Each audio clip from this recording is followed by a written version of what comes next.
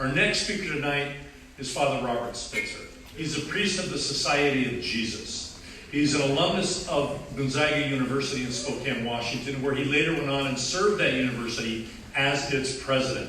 During that time period, the university experienced tremendous growth, not only in terms of its numbers, but really in terms of its Catholic identity and its commitments to its core values. In 2010, Father came here to Orange County to relocate his next chapter of work, which is the Magis Center of Reason and Faith, along with the Napa Institute and several other nonprofits that Father either leads or guides. But one of his tremendous passions is the philosophy of science, and the study of the Shroud of Turin is really in his wheelhouse. So with that, please welcome our next keynote speaker, Father Robert Spitzer.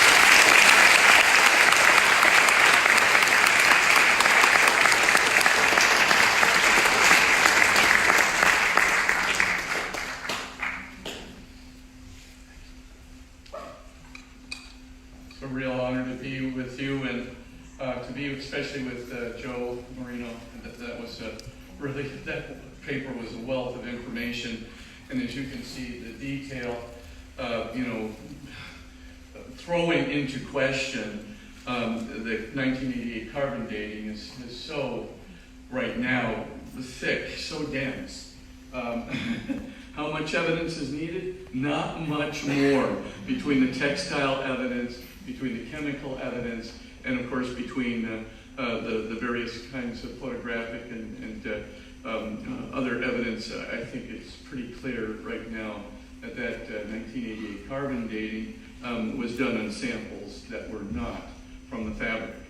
I'm just going to cover 4 major areas this evening. By the way, there's a couple of free papers you might want to read. The first one, if you just go to the magiscenter.com, you can just click on a free article. You just go to free articles and videos, scholarly articles and videos, and just take a quick look for the one that says Science in the Shroud of Turin.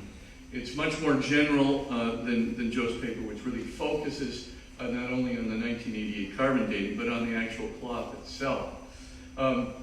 I'm going to just talk about 4 areas here. The first area is going to be some other tests that have been done. So how else could the shroud be dated besides the carbon dating? And so this complements Joe's paper. The second area that I'll take a look at is I'll look at the area of the blood samples themselves and just what they signify in terms of evidence for the crucifixion. Third area that we want to look at is the image formation itself, and what does that indicate in terms of maybe some evidence for the resurrection even, and then a quick overall history of the journey of the shroud, based on a few different kinds of evidence, which I'll talk about in a moment. But right now, let's just concentrate for a second. You can see that the shroud itself here, you've seen so many great pictures, so I'm not going to talk very much about it. You can see that the shroud itself is a photographic negative image. You can see the precision of that photographic negative image. You can see also, it's almost literally a very precise photographic negative image, and it has not only 3-dimensional qualities, but as Dr. Gonzaga was just saying, 3-dimensional volumetric qualities that really do, not only are difficult to replicate, but probably means that the body had to turn what we call mechanically transparent or spiritual. And by the way, Dr. Gonzaga knows far more about these experiments than I do, and probably ought to call him up, at some point if he wants to add further detail. But let me just get to the point at hand and start right where Joe Marino left off. And our first thing is, well, what are the other kinds of indications of date that have we found? Dr. Giulio Fonti did 3 tests, and Dr. Ray Rogers, the person who Joe was mentioning several times, did a vanillin test. The vanillin test does indicate, after taking into consideration various factors like the shroud being hot, in a fire and so forth.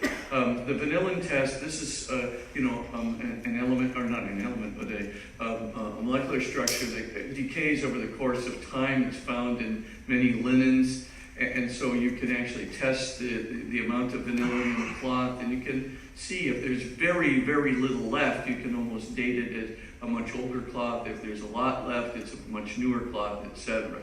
Certainly, Dr. Rogers at that time determined that the vanillin test, even after consideration that there might have been considerable,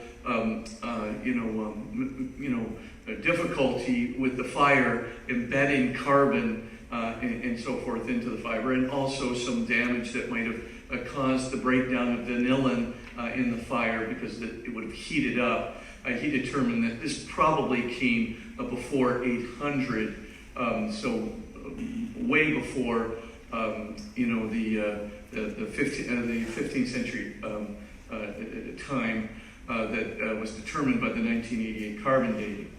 Giulio Fanti went ahead and did a Fourier transformed infrared spectroscopy. This test essentially, again, looks at other elements that break down over the course of time. You can actually excite them molecularly by introducing a Fourier transformed technique that when the molecules are excited, eject some of these molecules and allow you to test them and the quantities of them, and then compare them to other fabrics that come from the same time and different times. He also did a Raman laser spectroscopy, and he did a much more general test, which was called a mechanical compressibility and tension test. When you kind of combine all the evidence, we can say at least this with fairly good certainty that a date of around the 1st century is not out of the question. Some of the tests, the mechanical test, the compressibility and tension test would allow for a date that would be later, and some of the other ones would allow for a date that would be earlier. But a date around the 1st century with a high degree of confidence is not out of the question. So other dating techniques suggest that the shroud, beyond the carbon-14 dating now, suggests that the shroud is much older than the 1988 carbon dating revealed. We have 3 external manifestations, both of place and date.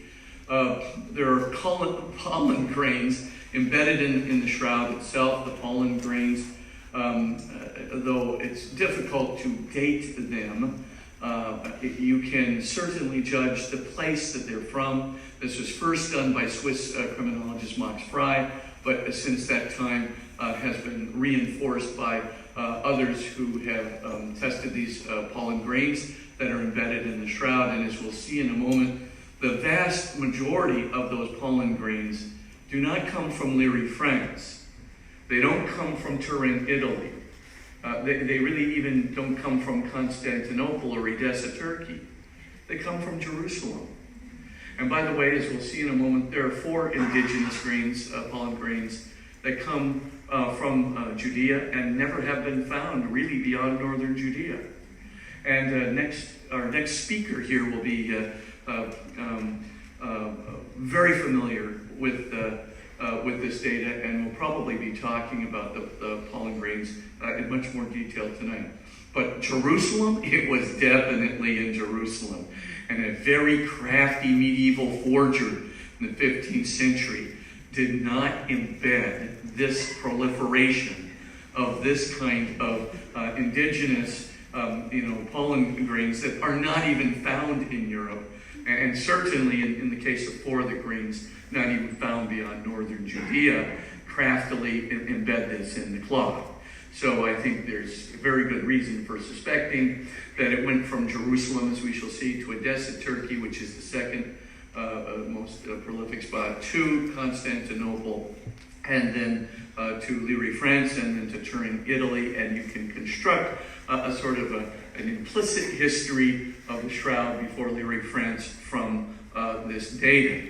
So that's one thing. But again, dating, the pollen grains will not give you much in the way of dating, except to say that some of the pollen grains that Max Fry identified came from very, very low levels.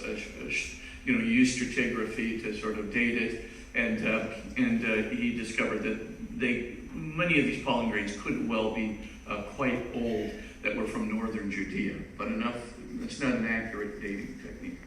The second thing is these coins. Joe Marino already mentioned Dr. Alan Wanger and also his wife, who basically did a digital overlay technique to show that there are coins actually on the man's eyes in the shroud. And those coins that were placed there, and by the way, it was not unusual for someone whose eyelids came open after death. It's not unusual to put a small coin like a Roman lepton on the man's eyelids to keep them shut, as they laid the body in the tomb. Now, what's even more interesting about the particular coins that were laid on this man's eyelids is that they look like they came from a coin called a Roman lepton that has 4 different enigmas in it. And those 4 enigmas resemble only one minting of a Roman lepton that we know of. And that's a minting that was done by Pontius Pilate in 29 AD in Jerusalem.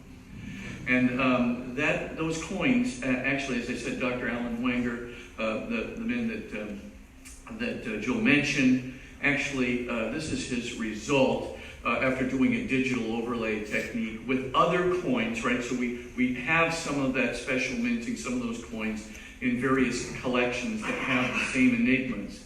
So you can actually use a polarized technique where you can, a digital overlay where you can actually look at the one, the one from our collections versus the one on the man's eyes. And here's, Joan is going to read what Dr. Wanger found. We have done this by means of the polarized image overlay technique that we developed, which enables the highly accurate comparison of 2 different images and the documentation of the various coins and ruins. Using the forensic criteria for matching fingerprints, we feel that there is overwhelming evidence for the identification of the images and the matches with the coins. Did a very crafty medieval forger in the 15th century get a hold of this exceedingly rare minting of these 2 Roman leptons done by Pontius Pilate 29 AD in Jerusalem, and placed them on the mannequin or the body that was used to make the forgery? Did he really pull this off? I don't think so. Again, it looks pretty clear that there may be some, good probative external evidence that leads to the conclusion that this shroud may have originated around 29 AD. And there's a third indication of that called the face cloth of Oviedo, or the sudarium of Oviedo, or sometimes the face cloth of Jesus, which is laid now in the cathedral there in southern Spain, and actually Isidore of Seville and others in the 7th century, St. Isidore of Seville actually witnessed it, saw it. And if you just to skip one over to the actual sudarium, you can see the face cloth, this picture of the face cloth there. And you can see that it has blood samples on it, or blood stains on it, but it doesn't have an image. Now, if you again do a digital overlay of the Sudarium Christi's blood stains, and you actually put that over against the face on the man in the shroud. And by the way, what is the face cloth before I get there? It was common in burial practice, in Jewish burial practice, especially for a victim that was tortured or tormented, right? You'd have pleural edema fluid, right, coming out of the man's nose and so forth. You'd have the jaw going up and down, when you're trying to move the body, let's say taking a body down from a cross and moving it to a tomb. And of course, if that person were beaten and tormented, right, it would be a very macabre sight indeed especially for someone like the mother or the family or the friends to witness a face like that. So you just took the cloth, and what you do, you actually put it around the man's face, over the top, down the nape of the neck. Now, you might remember from John's Gospel, right, when Peter and John get over to the tomb there, what did they find? They found, a cloth, the face cloth, rolled up in a place by itself, and the linen separate from that cloth. It is thought that this cloth, which was the face cloth used to transport the body, right, of a tortured victim, that would be the Sudarium Christi, and it was, of course, taken as a relic. And after the resurrection, it would have been prized or valued as a relic that they would have called the face cloth of Jesus. So what's the point? The point is we have a fairly good established provenance of that cloth dating back to 616, and an incredibly good provenance going back to about 710, when the face cloth is placed in the cathedral there at Oviedo. Now, if you Dr. Alan Wenger, he comes back in again to play. This is his area of applied optics, and he does the digital overlay technique. And what does he find? Remember, there's no image on the face cloth, only on the shroud. So there's only blood stains on the face cloth. So when you do the digital overlay, he found 70 points of congruence in those blood stains between the shroud and the face cloth of Oviedo on the front, and 50 points of congruence on these irregular blood stains coming from the crown of thorns, right? Coming from beatings that took place, during the actual torture and torment and so forth. And of course, when the head went back and the thorns from the crown went and gouged the back of his neck, right? All of these things, there's 120 coincidences of these irregular blood stains from the highly unusual crucifixion of Jesus with a crown of thorns, which makes sense only because of the accusation against him claiming to be king of the Jews. Now, you've got 120 points of congruence in a digital overlay technique on the top of the head, the face, the back of the head, and the nape of the neck. 120 irregular. Do you know the odds? And by the way, matching pleural edema fluid stains too. The fluid that was coming out of his nose, etc. They're matching stains of the pleural edema fluid. Plus, no image, right? We can calculate where the nose was relative to the cheekbone. Identical nose and cheekbone and distance between the two, and a variety of other things. Do you know the odds of getting all of these points of congruence by pure chance without both claws touching the same face? Astronomical! I think it is reasonable to infer that these two cloths, one without an image and one with, touched the same face of a most unusually crucified man with a crown of thorns. Hallelujah. That is, yes, and here's the thing, remember, 616 is when the provenance starts for the face cloth of Oviedo, 710 to 712, established provenance. If that's the case, then that shroud, if it touched the same face as the face cloth of Oviedo, it certainly must go back before 700 and even 616 AD. Did a crafty fellow in the medieval times find the face cloth of Oviedo and try to replicate all of the bloodstains, the irregular bloodstains that occurred? Come on! Something very, very strange going on here. What's my point? It is reasonable and responsible to conclude from Fonte's testing, from Ray Rogers' testing, even conservatively. And of course, to conclude, from the coins on the man's eyes, from the coincidences with the face cloth of Oviedo, that this particular relic, the Shroud of Turin, originated around the 1st century, if the coins are indicative, and around 29 AD, in Jerusalem, as the pollen grains indicate, and as the coins on the man's eyes indicate, and certainly as the coincidences with the face cloth of Oviedo indicate. My thought, reasonable and responsible to conclude. I can't imagine that another carbon dating is going to come up with anything. I mean, in light of everything that Joe has presented, from the textile through the chemical, and other analyses that have been done on this, I can't imagine that another carbon dating with purer samples that come from the actual linen cloth itself, with 7 or 8 different variants from different parts of the cloth, will not indicate a similar date. That's just me, I'm just saying, because I don't think medieval forgers had the capacity to do the forgery. We've spent enough time on dating. Let's just go to the blood sample very, very quickly. Is there genuine blood on this? Or people like Magone were claiming this is very fancy dye? Those crafty medieval kinds. Now, of course, this is real blood. Why do we think that? Because all the samples on the cloth have genuine hemoglobin. And paint, dyes, and rubs do not have hemoglobin. And we don't think medieval forgers were sharp enough to put all that hemoglobin in there phonally.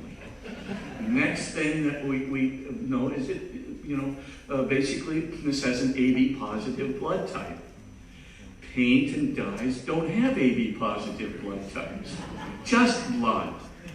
Thirdly, it has a partial DNA profile. Paints and dyes don't have DNA profiles. The point I'm trying to make is, it's blood. Can we determine anything from that DNA profile beyond the fact that this is a man? No, we really can't. Maybe we can determine that it's a Semitic man, but we can tell that from the image anyway, but that's about it, because every one of those samples has been touched and retouched and retouched and retouched in the showing of the Mendelian and the showing of the cloth over the centuries, which of course contaminated everything beyond belief. Of course, they didn't know we were going to subject it to a DNA test later. So what's the point that I'm trying to get to? It's blood of a Semitic man with AB positive blood type, enough said. Now, what's indicated by the blood is really interesting, and then we'll get into how was it produced. So we know the gospel story of Jesus' crucifixion. This is going to be very, very quick here, very general. There's a lot more to be said for this on some articles on magiscenter.com, and you can get a much more detailed analysis. For the time being, let's take a look at the first unusual feature, which we've already mentioned, the crown of thorns. This is highly unusual. Crowns of thorns were not typical in crucifixions, but they might have been present in a crucifixion of a person who claimed to be a king. And of course, it does make sense. This is typically Roman cynical kinds of things. Second thing is that crown resembles a Roman crown, not a medieval crown which goes around the forehead to the back of the head, but leaves the top of the head open, right? This crown resembles a Roman crown that is like a ball cap that has a top on it, because of course the thorns penetrate the skull from the top, the back of the skull, the front of the skull, and all the way down, as I said, to the nape of the neck. So this is a kind of a Roman crown, very interesting. That medieval forger, once again, knew how to distinguish it from a medieval crown, which of course, all the big pictures that we have of the crucifixion came out of the Middle Ages. Not one of them has a cap. Only the medieval forger figured that out. So this is really amazing. I mean, it gets more and more strange. So that's another point that should be made. Again, unique to Jesus' crucifixion, and of course, a Roman crown.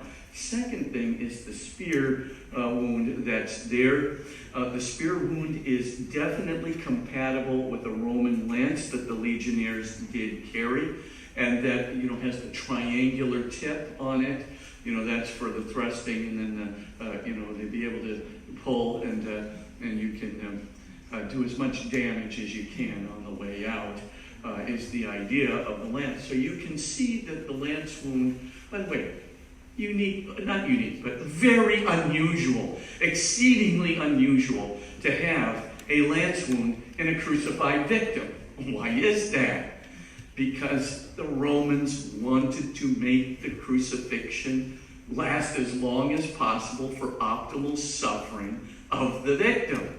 We're going to put him out of his misery unless it was the Passover and the Jewish officials and authorities were anxious to make sure that that body would be dead and off the cross.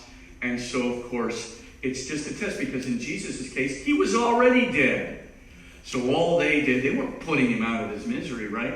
They were just making sure. And what did they do? Thrusting the spear, this lance, between the fourth and the fifth ribs at about a 44-degree angle, right? A lot of fluid, would be clear fluid, had gathered up into the thoracic cavity, into the chest cavity, and the spear would have gone up at that angle, and it would have just gone right through all that fluid buildup in the thoracic cavity and right into the heart, which would have made blood and water flow out. This is precisely what we get in John's crucifixion narrative. John's crucifixion resurrection narratives are playing a big part in this, because a lot of the time people thought John's doing some baptismal symbolism. But maybe he's not. Maybe he's doing exactly what he said he's doing. This was seen by an eyewitness, and he knows that his testimony is true. So I'm just saying, this looks like real historical fact, outflow blood and water. This is beginning to look bizarrely unique to Jesus. The lance wound itself, again, by a Roman lance with the triangular head, outflowing blood and water. We have a third unusual feature, and that comes in the whipping of Jesus. And we notice that the whip that was used, by the way, whipping could have happened and could have been even, a part of crucifixion in many, many crucifixions to really enhance the pain of the victim. But in Jesus' case, this man was whipped many times, and the man on the shroud was whipped over 120 times. That means that, you've got, he was, I shouldn't say whipped 120 times. He had 120 lashes on him. And you can tell that he was whipped from the left and from the right. And the guy on the left was taller than the guy on the right. And whipped him across the back. And of course, it was done by a specifically Roman flagrum, which was used by what? Legionnaires. Once again, it was an instrument of torture carried by the legionnaires, and the whip went around, and it had bone chips and metal, like ball-bearing things, little barbell things at the end of the whip, and it would come around, both sides of the man, across his sides, down his buttocks, down his thighs, and down his calves, all the way down to his ankles. So we can see, that he was whipped by this triple whip. It has the three strands, and each of the strands has the lead or the bone chips at the end. And so again, this is an extraordinary number of times, sure to almost kill a person. And maybe this was actually what did kill the man on the shroud in the end. That many lashings would almost weaken the man to the point. Obviously, he could not carry the crossbeam of the cross on his shoulders, certainly for very long. and he seems to have died a relatively short time. I mean, 3 hours is a lot of torture, but you can see that this seems to be extraordinary again. We now get to the fourth area, and that's the nail wounds in this person. Pierre Barbet had once suggested that the nail wounds went up through the wrist and into the cross. Dr. Zujabi has altered this with very, very good anatomical evidence. He's a pathologist in New York that has done some very, very important studies of the shroud, all of which are available on shroud.com. But the point is, if you actually look at this, it looks like the nail probably went into the upper part of his hand here and then angled downward into the shroud. You couldn't have put it into the fleshy part of the hand, because if you did, it would have torn right out. But up here, that would have worked. And angling downward, and he makes a very, very strong case that it does go through the man's hands and then downward into the cross. And then we don't know whether one nail was used for the feet or two nails, because the feet could have crossed over each other, and they could have put the spot, on the upper part of the heel, from the front going downwards again, angling downwards. They could have used one nail with the feet put over each other, or two nails in both feet. Impossible really to tell right now as we can determine it, but very much resembling the Gospels. So that's just another incredible coincidence. And by the way, nailing on the cross was not unique to Jesus like the crown of thorns, or almost unique to Jesus like the lance thrust.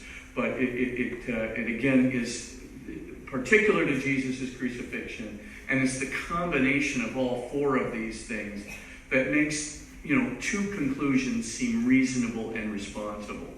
The first is that this resembles Jesus' unique crucifixion. And secondly, the gospel accounts of it are uncannily accurate. No question. Now, the last thing, of course, is the fact that the blood itself, going back to the blood now, can I zip back to the blood for a second? And I'm just going to put the blood of the man on the shroud. It seems, at least from the PLOS One study, that it is reasonable to conclude that because of the high amounts of creatinine and ferritin and their admixture in the blood on the man in the shroud, it seems very plausible that this man was tortured. And here's the conclusion that Joan's going to read of the PLOS One study that suggests not only that the man was tortured, but the idea of a forgery being produced in the 15th century to produce this blood is almost out of the question. This is not a situation typical of the blood serum of a healthy human organism. High levels of creatinine in the blood are observed in the case of strong trauma. There is wide recent literature reporting on interaction between creatinine and ferritin in fatal accidents, or as a consequence of the rhabdomyolysis due to torture.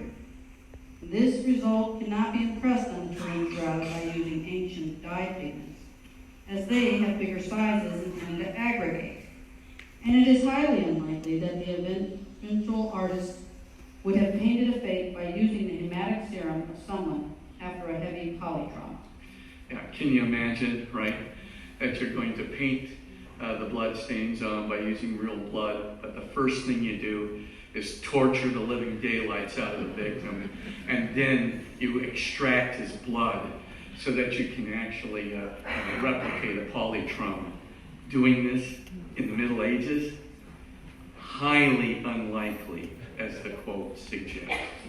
Finally, I just want to say, Gus could tell you, Dr. Gus Center can tell you far more about this than I can, but of course you see that the body must have been on a vertical axis for a fairly long period of time because of the plasma separation or the serum separation from the actual plasma, and you can see that all of this is pointing downward vertically, suggesting that the body had remained vertical for quite some time.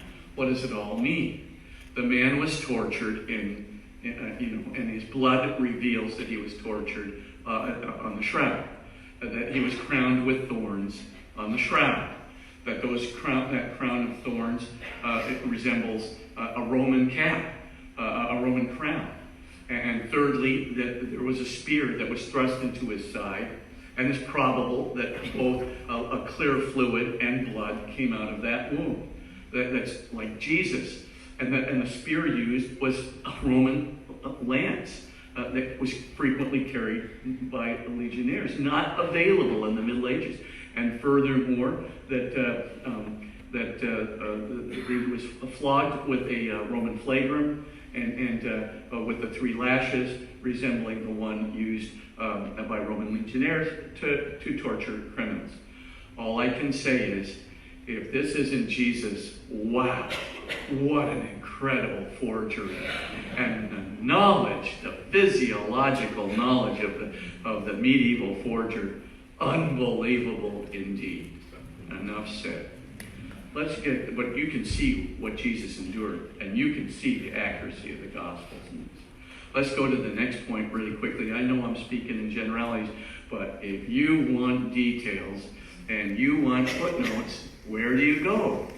MagisCenter.com. Click on Science and the Shroud of Turin. And if you want even more details to all these articles, if you go into the footnotes in that article, Science and the Shroud of Turin, there's all these clickable sites to shroud.com. Just click on those articles and takes you directly to the scholarly article. Unfortunately, I didn't have Joe's article in there, but I'm going to get it in there. And lock, stock, and barrel, because he's got so many citations and pictures. It's fantastic. Okay, so let's get to the image formation and the evidence of the resurrection. You can see from the shrouds, I said before, that there is a really very precise photographic negative image. But as Joe Marino and Dr. Jesuit implied, right, this image is very strange because it's literally sitting on the uppermost surface of the fibrils. What does that mean?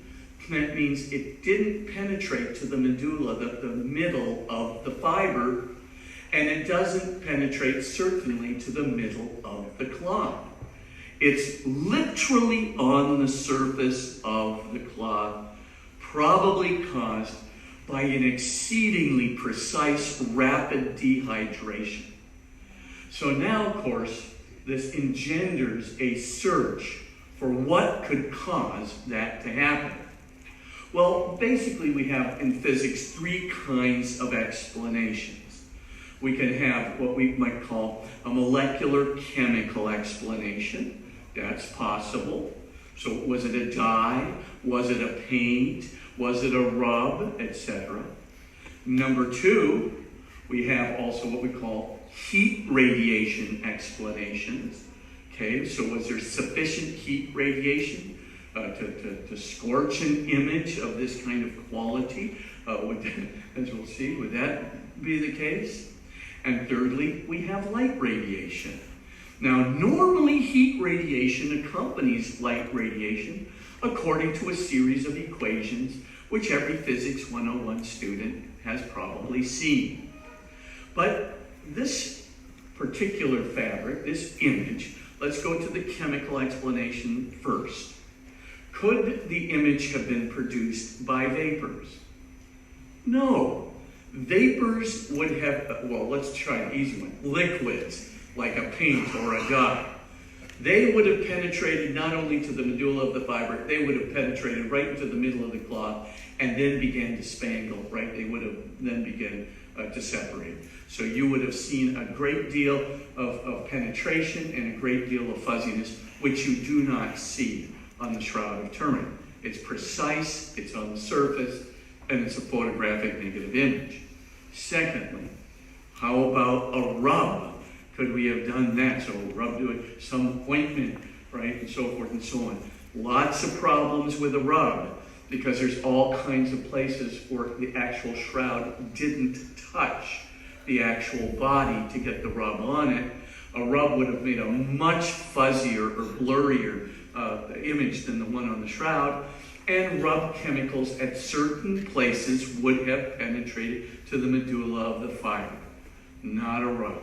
Vapors, well, vapors might explain where the shroud wasn't touching the surface of the body, but the problem with vapors is they do penetrate, of course, to the medulla, the middle of the fiber, and to the middle of the cloth. And there's going to be remnants of those vapors, those chemical remnants of the vapors in the middle of the cloth.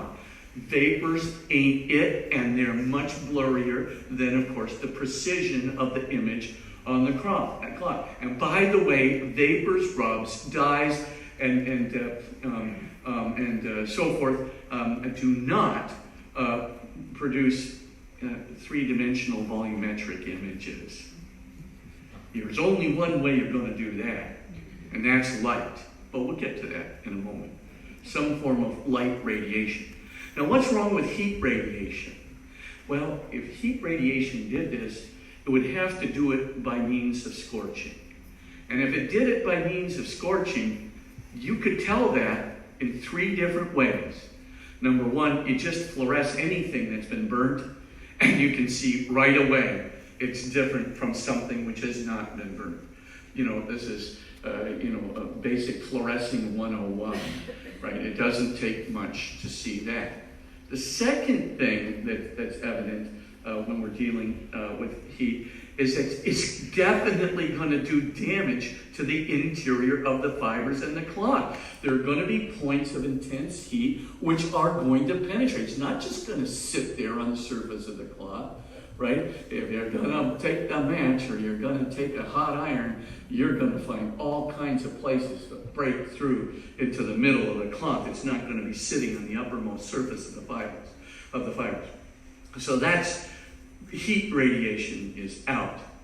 Well, that leaves us with only one known physical explanation that we really have, and that is some form of light radiation. But it has to be light radiation that doesn't have accompanying heat radiation. Now, how much light radiation would it take in order to produce this very precise photographic negative image on a non-photographically sensitive linen cloth? Let's skip the three-dimensional volumetric analysis for just a second. It would take approximately 6 to 8 billion, with a B, billion watts of light energy to produce this image. I mean, just in general terms, it's like taking about 500,000 searchlights coming out of this body. That's a really weird dead body. This hardly happens. Gotta rise out of her. Okay, so the point I'm trying to get to is, yes, there's a lot of radiation, but you can't have accompanying heat energy. If you had the heat energy of that lasted, as we'll see, for more than 1/40 billionth of a second, I'm telling you right now, we would have no Shroud of Turin today. We wouldn't even have the carbon smoke left over from the Shroud of Turin. I mean, there would have been so much accompanying heat energy, it would have literally annihilated the cloth, even annihilating the carbon remnants of the cloth in a millisecond. So what kind of light energy are you going to have? One that has an incredibly short burst. How short? 1/40 billionth of a second or less. Now that's really short. Now the point is, how are you going to get the dead body to produce 6 to 8 billion watts of light energy for 1/40 billionth of a second or less? Well, we only have one candidate: directional vacuum ultraviolet radiation, the kind that's produced by very special lasers like an ARF excimer laser. So, I mean, this is rather interesting. Dr. Paolo Di Lazzaro in 2010 and his team and subsequently validated by other teams, have shown that this is precisely the way that the image could have been formed, because by using excimer ARF lasers, or ARF excimer lasers, they basically replicated in little spots, they replicated an image along a linen cloth that was very similar to the one on the Shroud of Turin, and they tried to get everything just right. They used that 1/40 billionth of a second of very high intensity laser radiation, that very short burst, and they actually got an image, an accurate photographic negative image, onto the very surface of the fibrils of the shroud that did not penetrate to the medulla of the fiber. And that image itself replicates the color that's on the Shroud of Turin. After about 2 days of kind of drawing, you see the same color that's present. Now that's pretty interesting testimony. And here's the conclusion from a very long study by Dr. Paolo Di Lazzaro. And as I understand it, Dr. Gusset is trying to get him for another lecture. Boy, to hear that one might give you a start about the reality of the resurrection. But here's what he concluded. The ultraviolet light necessary to form the image exceeds the maximum power released by all ultraviolet light sources available today. It would require pulses having durations shorter than 1/40 billionth of a second, and intensities on the order of several billion watts. What you're dealing with here, ladies and gentlemen, is we don't know how dead bodies can produce 6 to 8 billion watts of light energy with a very, very, very microwave frequency at a high, a wavelength at a very high frequency for 1/40 billionth of a second. Dead bodies have no physical way of explaining that degree of radiation in that directional quality. But that's not the end of the mystery of the resurrection. That's just what seems to have produced it, and the only way we can replicate it, as Dr. Gus said earlier, or maybe Mark said earlier on, this is the most unique image in the history of the world. It's the most unique image, and boy, I'm telling you, this seems to be the only explanation which dead bodies don't do, forcing us to consider some kind of a supernatural explanation, or at least a transphysical explanation, or at least a conglomeration of physical laws far beyond our understanding of physics today. Me, I prefer the first. Sounds supernatural, but let's continue further. And this is where Dr. Gusset should be giving the talk, but I'm going to give the short version. The body seems to have turned mechanically transparent. There does seem to be depth, not only a depth, right? So there's not only proportionality between, say, the bones on the inside of the hand and the flesh surrounding the hand, right? There's actually volumetric proportionality that Dr. Gusset actually was one of the very, if not the first person to have shown was actually present on the cloth. And that data suggests strongly that the cloth had to penetrate, and that is to say, to collapse into and through the body. Well, that means that the body, in order for the cloth to do this, would have to turn mechanically transparent. It would have to turn spiritual. Now, I mean, if you want a paper on this, I've got a great one by Dr. John Jackson. It's a longie, and it is a complex one, but he takes 8 different quantitative variables on the shroud, and he tries to reconcile all 8 of these various quantitative factors that were produced on the image, right? You know, with the proportional and volumetric depth, and he finally concludes there's only one way of explaining this, and it's a very convincing article. Do I think it's the only possible explanation? We don't have another explanation right now. I can't say it's the only one, but it really, there's nothing else available to us in physics to explain the coincidence and the numbers that John Jackson has, painstakingly worked out to show that this cloth would have to penetrate, collapse into and through the body in order for the image that we know of to be produced. So we've got two great mysteries. By the way, dead bodies don't normally turn spiritual. This is generally something reserved to Jesus' resurrection. We have now two coincidences, which are really important. The first coincidence, and this, like I said, we're talking not just about the resurrection, and a very good evidence. Again, it's probative evidence. It's not, beyond the shadow of a doubt, but it's really probative that suggests that there was a supernatural cause or supernatural transphysical agency producing both the light and the spiritual or mechanically transparent quality of that body. And that is an interesting fact. Not only is this shroud a relic of the resurrection, not only is it a relic of a supernatural cause of that resurrection, but it happens to correspond to the two enigmatic features that differentiated Christianity from Second Temple Judaism. You got to remember, the early Christians did not want to separate from the synagogue.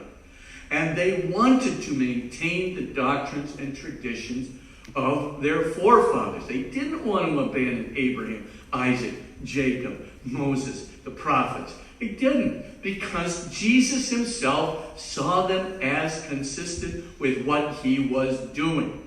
It was Jesus who cited the Old Testament.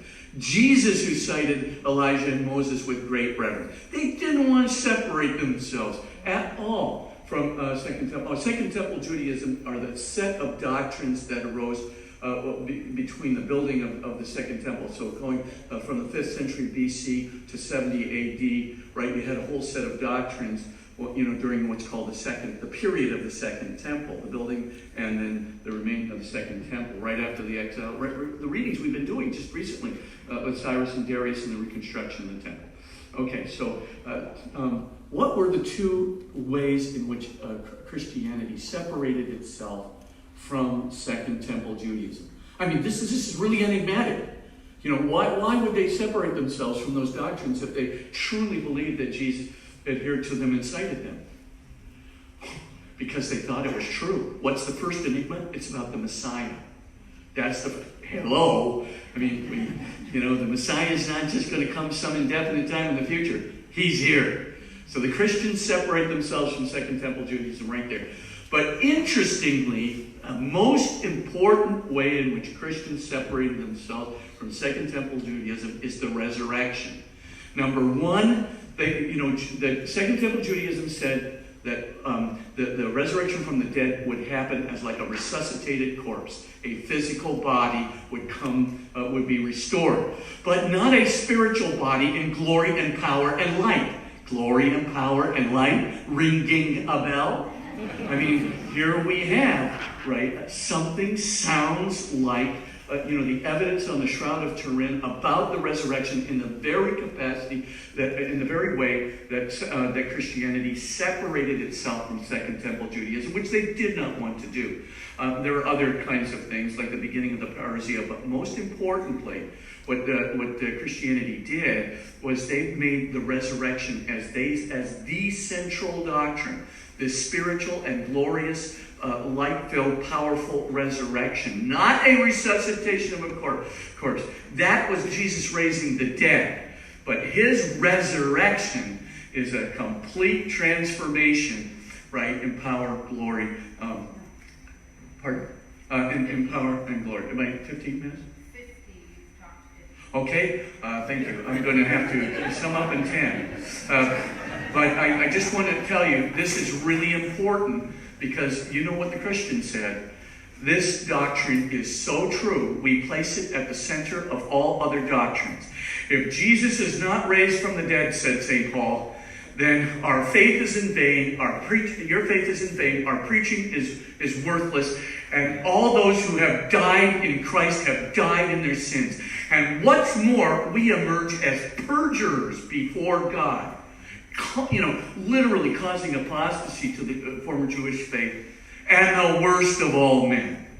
Hello, this is an important doctrine. So, given that fact, and you see the ways in which Christianity differed from Second Temple Judaism, and right there emblazoned on the shroud is that difference. Let me just do a quick tour de force of a little bit of a journey that we can get. We think, as I said, that the journey of the shroud goes from Jerusalem to Edessa to Constantinople to Liri to Turin. So what happened here? And what's the evidence? We do not have an established provenance of the shroud before 1342, isn't there? 1347? 1347, when Geoffrey de Charnay actually came out and said, I've got the burial cloth of Jesus, causing a great stir. All kinds of bishops got informed. The provenance starts. No question about that. But prior to that time, weak provenance, especially from church officials. However, we do know that the shroud was in Jerusalem. There is such a proliferation of pollen fossils and grains in the shroud from Jerusalem for indigenous to the area of Judea, as I said before, that it is highly, highly, highly unlikely that this shroud was not in Jerusalem and that some medieval forger had implanted this proliferation of particular indigenous pollen grains and fossils in the shroud. Number two, you've got the coins on the man's eyes. Let's face facts. The special minting of these coins, I think it's reasonable to suspect that those coins with the digital overlay technique used by Dr. Wanger, that these are basically pretty much 29 AD Pontius Pilate Jerusalem mint coins, Roman leptons. And that places it squarely in Jerusalem. We think that it stays in Jerusalem for at least 300 years, maybe up to 400 years. But certainly we think that it goes to Edessa, Turkey around 400. And why is that? Not only because the second most proliferation of pollen grains on the shroud comes from the Edessa region, but also because there is a relic called the Mandylion. And the Mandylion, which I believe is really the Shroud of Turin, folded up so that the face is facing out from a frame in which it is placed. So I believe that the Mandylion is the shroud, but it's called the Mandylion. And this was a very, very popular image of the face of Christ that was paraded around Edessa, and in the 400s was very well known. Now, what's interesting is that the Mandylion itself changed the iconography of Jesus forever. Paul Vignon, who did the studies way back when, after Pierre Barbet's studies, Paul Vignon actually showed that there are 20 images, 20 dimensions of the image of the face on the Shroud of Turin that are replicated in the new iconography of Jesus. The general iconography changes, right? Jesus was always portrayed with a round Roman face. Suddenly, after the Mandylion, the iconography of Jesus has the long Semitic face. He was always portrayed with the short Roman nose. Now Jesus is portrayed with the bigger Jewish nose. He was always portrayed as clean-shaven. Now he's portrayed as having a beard, etc. So all these general configurations. But then when you notice that kind of open, with the open top square above the nose of the man, and all kinds of other really idiosyncratic features of the new iconography of Jesus, guess where 20 of those idiosyncratic features are to be found? Right on the Shroud of Turin. And the topper is, I know I got about 2 minutes left, the topper is that if you actually look at that shroud carefully, you have to use really, really fine photographic imaging. But if you see that imaging, you will see the folds in that cloth. And if you look at those folds carefully, as John Jackson did, you will see that it was very likely that that cloth was folded so that everything would be kind of disguised, and that the face would be showing. And it was crushed in a frame, so it was literally bound in a frame so that the folds would stay there truly 1,600 years later. And so you can still see those folds that make it look like this is the Mandelion. I'm convinced that it is, but I mean, again, it's circumstantial evidence, but it's really good circumstantial evidence. Now, we know that the Eastern Roman Emperor, who of course resided in Constantinople, we know that he actually wanted to get his hands on the Mandelion because he really believed it was the face of Jesus. And he thought it was the face cloth of Jesus. So he basically lays siege to Edessa from Constantinople, no kidding. And then, of course, the king of Edessa, not being an unwise person, I think this was in 934, was it? 943. These transpositions and numbers in the 67-year-old Jesuit. Okay, it was 943. He lays siege to Edessa, and what happens is that this king extracts a huge ransom from the Emperor of Constantinople, but the emperor gets it. And of course, that brings us to our third part of the journey very quickly. It goes to Constantinople. Remember, there's two pollen grains there that are indigenous to the Constantinople area that Max Bragg found. And of course, another large proliferation of pollen grains from that where it was still being shown in the open air. It arrives finally in Hagia Sophia, and we know that there are several crusaders who actually say they saw the face of Jesus in either Hagia Sophia or St. Mary de Blachernae Cathedral. And St. Mary de Blachernae Cathedral, there was a remarkable feature. One of the crusaders of the Fourth Crusade, Robert de Clary, he actually says, he not only saw the face of Jesus, he saw the entire burial cloth of Jesus back and front. In St. Mary Blachernae, in Constantinople, before, of course, 1204. So Robert de Clary sees it. Then suddenly, in 1204, the shroud disappears from Constantinople. We know why. The Fourth Crusade. Now, who swiped it? That's the question. And this is, again, just pure speculation. Ian Wilson has theories.